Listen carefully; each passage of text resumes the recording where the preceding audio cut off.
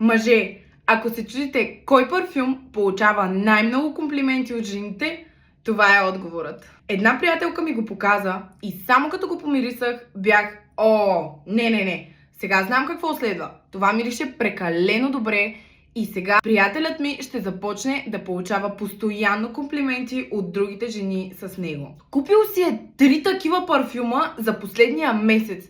Даже няколко пъти пред мен жени му правиха комплименти. И най-странното е, че парфюмът дори не е на супер висока цена. Клонинг е на Initial от For Greatness, който струва над 400 лева. Този е само 70 лева, мирише 1:1 с оригинала и трайността му е над 10 часа.